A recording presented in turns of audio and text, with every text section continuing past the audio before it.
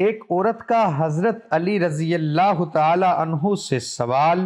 علم کے سمندر شیر خدا حضرت علی رضی اللہ تعالی عنہ نے کیا خوبصورت جواب دے کر اس عورت کی رہنمائی فرمائی۔ جانیے ہماری آج کی اس ویڈیو میں مکمل تفصیل جاننے کے لیے ویڈیو کو مکمل دیکھیے گا۔ بسم اللہ الرحمن الرحیم۔ محترم ناظرین، ایک عورت حضرت علی رضی اللہ تعالی عنہ کی خدمت میں حاضر ہوئی اور آ کر کہنے لگی، اے علی رضی اللہ تعالی عنہ، آپ شیر خدا ہیں۔ رسول اللہ صلی اللہ علیہ وآلہ وسلم نے آپ کو علم کا دروازہ قرار دیا ہے۔ میں آج آپ کی خدمت میں ایک سوال لے کر آئی ہوں، آپ مجھے اس کا جواب دیجئے، کیونکہ مجھے اس سوال کا جواب بڑی شدت سے درکار ہے۔ حضرت علی رضی اللہ تعالی عنہ نے فرمایا، اے عورت، واقعتاً مجھے اللہ کے رسول صلی اللہ علیہ وآلہ وسلم نے، میرے تایا زاد بھائی نے باقاعدہ یہ بات کہی ہے کہ میں علم کا دروازہ ہوں۔ آپ پوچھیں کہ تم کیا پوچھنا چاہتی ہو، میں تمہیں اس کا جواب دوں گا تاکہ تمہاری زندگی سہل ہو سکے۔ اب وہ عورت آپ رضی اللہ تعالی عنہ سے کہتی ہے کہ اے علی، میں ایک شخص سے بڑی محبت کرتی ہوں اور وہ شخص مجھ سے محبت کرتا ہے۔ میں اس شخص سے محبت کرتی ہوں صرف اور صرف اپنی روح کی تسکین کے لیے، لیکن وہ شخص مجھے چھونے کی کوشش کرتا ہے، وہ میرے جسم کی جانب اپنا ہاتھ بڑھانے کی کوشش کرتا ہے، وہ مجھے چھو کر اپنی نفسانی خواہشات اظہار کرنا چاہتا ہے، انہیں پورا کرنا چاہتا ہے، مکمل کرنا چاہتا ہے۔ اے علی، میں پوچھنا یہ چاہتی ہوں کہ کیا وہ میرے جسم کو اگر چھو لے، اگر وہ اپنی نفسانی خواہش کو پورا کر لے، اگر وہ اپنے نفس کی بھوک مٹا لے تو کیا یہ جائز ہے؟ کیا میں اس کے ساتھ اپنے جسم کو شیئر کر سکتی ہوں؟ کیا ہم دونوں آپس میں مباشرت کر سکتے ہیں بغیر شادی کے؟ جب حضرت علی رضی اللہ تعالی عنہ سے یہ پوچھا گیا تو حضرت علی رضی اللہ تعالی عنہ نے فرمایا، اے عورت، محبت وہ ہوتی ہے جس محبت کے اندر انسان دوسرے انسان کی عزت کرے۔ ادب پہلا قرینہ ہے محبت کے قرینوں میں۔ اگر کوئی کسی سے محبت کرتا ہے تو وہ سب سے پہلے اس کی عزت کرتا ہے۔ اگر وہ شخص تمہاری واقعتاً عزت کرے تو اس کا مطلب یہ ہے کہ وہ تم سے سچی محبت کرتا ہے، لیکن وہ تمہارے جسم کو چھونا چاہتا ہے اور تم سے اپنی جسمانی اور تمہاری جسمانی خواہشات کو پورا کرنا چاہتا ہے، تو اس کا مطلب یہ ہوا کہ یہ خالصاً مفادات کا رشتہ ہے جس میں محبت کا دور دور تک کوئی نام و نشان موجود نہیں ہے۔ لہٰذا اگر تمہیں یہ لگتا ہے کہ یہ محبت ہے تو تم غلط ہو، یہ محبت نہیں ہے، بلکہ یہ تو سراسر اپنی ہوس کو مٹانے کا ایک طریقہ کار ہے۔ محترم ناظرین، اصل محبت کا تعلق انسان کی زندگی کے اس لمحے سے ہوتا ہے جس لمحے میں اسے یہ احساس ہو جائے کہ کوئی شخص مجھ سے پیار کرتا ہے، اور اس چیز کو سوچتے ہوئے اس کا دل و دماغ روشن ہو جائے اور وہ مزید کسی چیز کی دنیا سے توقع نہ کرتا ہو، کیونکہ وہ چاہے اور جانے کہ بھائی، میں زندگی میں جو چیز چاہتا تھا وہ مجھے مکمل طور پر دستیاب ہو چکی ہے اور اب میری زندگی کی انتہائی سہل اور آسان ہو گئی ہے۔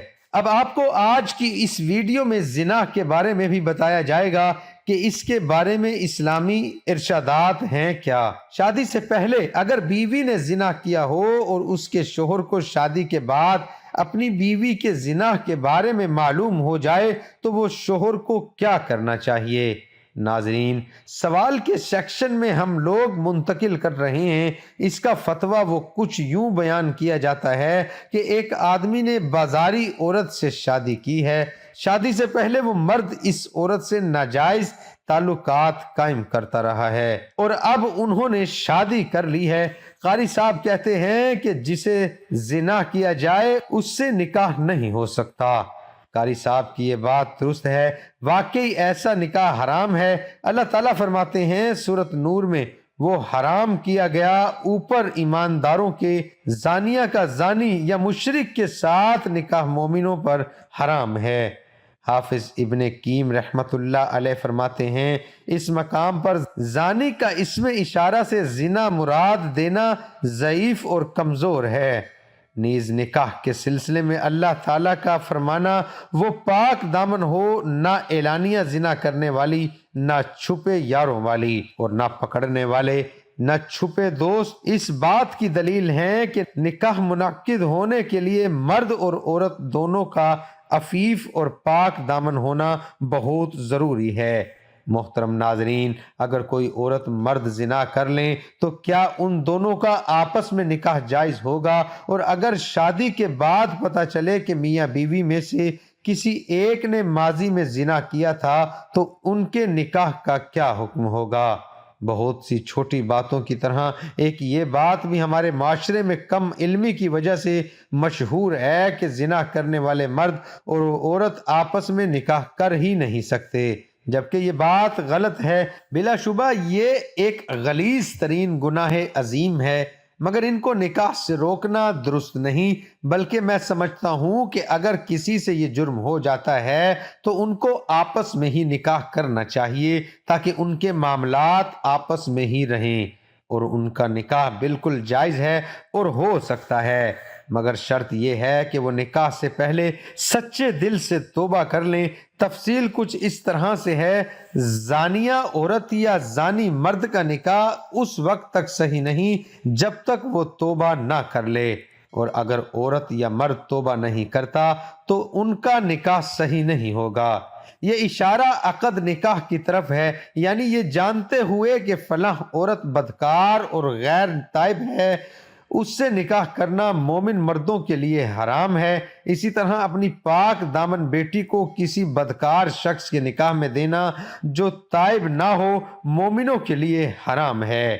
گندی عورتیں گندے مردوں کے لیے ہیں، اور گندے مرد گندی عورتوں کے لیے ہیں، اور پاک عورتیں پاک مردوں کے لیے ہیں، اور پاک مرد پاک عورتوں کے لیے ہیں۔ اللہ تعالیٰ نے دوسرے مقام پر بھی مردوں اور عورتوں کے نکاح کے لیے دونوں کے پاک دامن ہونے کی اور بدکاری نہ ہونے کی شرط لگائی ہے، اور مومن عورتوں میں سے پاک دامن عورتیں اور ان لوگوں کی پاک دامن عورتیں جنہیں تم سے پہلے کتاب دی گئی، جب تم انہیں ان کے مہر دے دو اس حالت میں کہ تم قید نکاح میں لانے والے ہو، بدکاری کرنے والے نہیں ہو، اور نہ چھپی آشنائیں بنانے والے۔ شان و نزول میں مروی حدیث رسول اللہ صلی اللہ علیہ وآلہ وسلم سے بھی ثابت ہوتا ہے کہ بدکار عورت یا بدکار مرد سے جو تائب نہ ہو نکاح حرام ہے۔ عبداللہ بن عمرو رضی اللہ عنہ بیان کرتے ہیں کہ ایک آدمی جسے مرثد بن ابی مرثد کہا جاتا تھا، وہ مکہ سے قیدی اٹھا کر مدینہ لایا کرتا تھا، اور مکہ میں ایک بدکار عورت تھی جسے اناق کہا جاتا تھا، اور اس کی دوست تھی۔ مرثد بن ابی مرثد نے مکہ میں قید ایک آدمی سے وعدہ کیا تھا کہ وہ اسے اٹھا لے جائے گا۔ اس کا بیان ہے کہ میں مکہ میں آیا اور میں نے چاندنی رات میں مکہ کی ایک دیوار کے سائے میں تھا کہ اناق آئی، اس نے دیوار کے ساتھ میرے سائے کا حوالہ دیکھا۔ جب وہ میرے پاس پہنچی تو اس نے مجھے پہچان لیا، کہنے لگی مرثد ہو؟ میں نے کہا مرثد ہوں۔ کہنے لگی مرحبا اہلاً، آؤ ہمارے پاس رات گزارو۔ میں نے کہا اناق، اللہ نے زنا حرام کر دیا ہے۔ اس نے آواز دی، خیموں والو، یہ وہ آدمی ہے جو تمہارے آدمی اٹھا لے جاتا ہے۔ چنانچہ 8 آدمی میرے پیچھے لگ گئے اور میں مکہ کے ایک پہاڑ خندمہ میں چلنے لگا، حتیٰ کہ اس کی ایک غار تک پہنچ کر اس میں داخل ہو گیا۔ وہ لوگ آئے حتیٰ کہ میرے سر پر آ کر کھڑے ہوئے اور انہوں نے پیشاب کیا تو ان کا پیشاب میرے سر پر گرا، مگر اللہ تعالیٰ نے انہیں مجھ سے اندھا کر دیا۔ پھر وہ آپس میں چلے گئے، میں بھی دوبارہ اپنے ساتھی کے ساتھ آیا اور اسے اٹھایا۔ وہ آدمی بھاری تھا، یہاں تک کہ میں اسے اذخر تک لے آیا، یعنی مکہ سے باہر جہاں اذخر گھاس تھی، اس کی بھاری بھیڑی کھولی اور اسے اس طرح لے کر چلا کہ میں اسے اٹھاتا تھا اور وہ مجھے تھکا دیتا تھا۔ حتیٰ کہ میں مدینے پہنچ گیا تو میں رسول اللہ صلی اللہ علیہ وآلہ وسلم کے پاس آیا اور کہا، یا رسول اللہ، میں اناق سے نکاح کر لوں؟ میں نے 2 مرتبہ یہ بات کہی، پہلے تو رسول اللہ صلی اللہ علیہ وآلہ وسلم خاموش رہے، مجھے کوئی جواب نہیں دیا۔ تو پھر رسول اللہ صلی اللہ علیہ وآلہ وسلم نے فرمایا، مرصد کسی زانیہ یا مشرکہ سے، اور جو زانیہ یا مشرکہ ہے اس سے نکاح نہیں کرتا مگر جو زانی ہے یا مشرک ہے، اس لیے تو اس اناق سے نکاح مت کر۔ سنن ابو داؤد کی شرح عون المعبود میں لکھا ہے، اس حدیث میں دلیل ہے کہ کسی بھی شخص کے لیے ایسی عورت سے نکاح کرنا جائز نہیں جس سے زنا اظہار ہو چکا ہو، اور یہ مومنون پر حرام کر دیا گیا ہے۔ زانی مرد اور زانیہ عورت سے نکاح حرام ہونے کی یہ واضح دلیل ہے، جب تک وہ توبہ نہیں کرتے اس سے نکاح حرام ہے، اور اسی طرح زانی مرد سے بھی جب تک وہ توبہ نہ کرے نکاح کرنا جائز نہیں۔ لیکن اگر زانی مرد یا زانیہ عورتہ زنا کے بعد سچی توبہ کر لیں اور اپنے گناہ پر شرمندہ ہوں تو ان کا آپس میں بھی نکاح جائز ہے، اور کسی اور کے ساتھ نکاح بھی جائز ہے، جیسا کہ کوئی مشرکہ مرد یا عورت شرک سے توبہ کر کے مسلمان ہو جائے تو ان کے لیے نکاح جائز ہے۔ مکمل جس نے توبہ کی اور ایمان لے آیا اور عمل کیا نیک، یہ لوگ ہیں جن کی برائیاں اللہ نیکیوں میں بدل دے گا، اور اللہ ہمیشہ بے حد بخشنے والا نہایت رحم والا ہے۔